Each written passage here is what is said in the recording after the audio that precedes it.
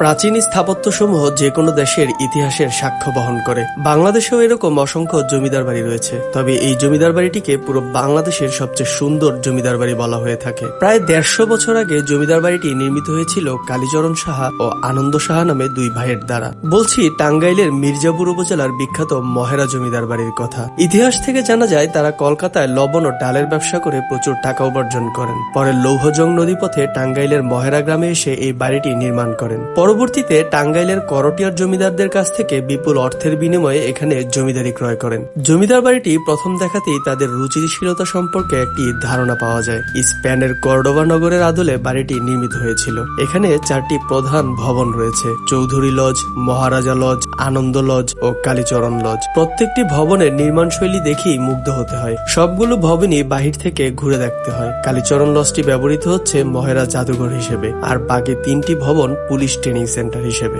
জমিদার বাড়ির ভেতরে একটি পার্কও রয়েছে। 47 সালে ভারত ভাগের পরেও এই বাড়িতে জমিদারেরা বসবাস করতেন, কিন্তু মুক্তিযুদ্ধের সময় পাকিস্তান বাহিনী এই বাড়ির 5 জনকে হত্যা করলে তারা বাড়ি ছেড়ে চলে যান। এরপর এটি মুক্তিবাহিনীর ক্যাম্প হিসেবে ব্যবহৃত হয়। স্বাধীনতার পর এটিকে পুলিশ ট্রেনিং সেন্টার হিসেবে ব্যবহার করা হচ্ছে।